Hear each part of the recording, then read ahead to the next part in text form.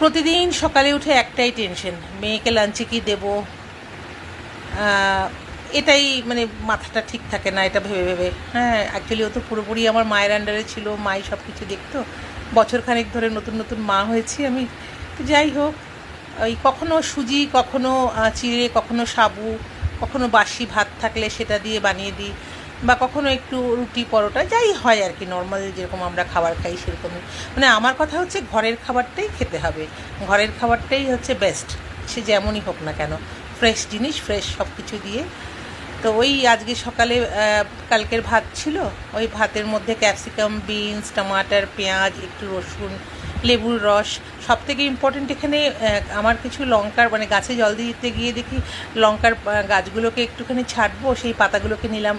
এর আগে অলরেডি আমি ওই লঙ্কার পাতার মানে বড়া বানিয়ে খাওয়া হয়ে গেছে। তো আজকে পাতাগুলো পেলাম, যে ভালোই হলো, পাতাগুলোও একটু মিশিয়ে দেবো, একটা নতুন এক্সপেরিমেন্ট হয়ে যাবে।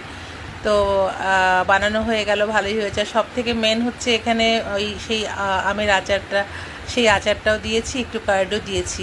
ইয়োকার্টটা ও ভীষণ মানে আমরা খাই আর কি, যে কোনোভাবেই হোক, রায়তা বানিয়ে হোক, যে কোনো খাবারের ওপরে দিয়ে খাই।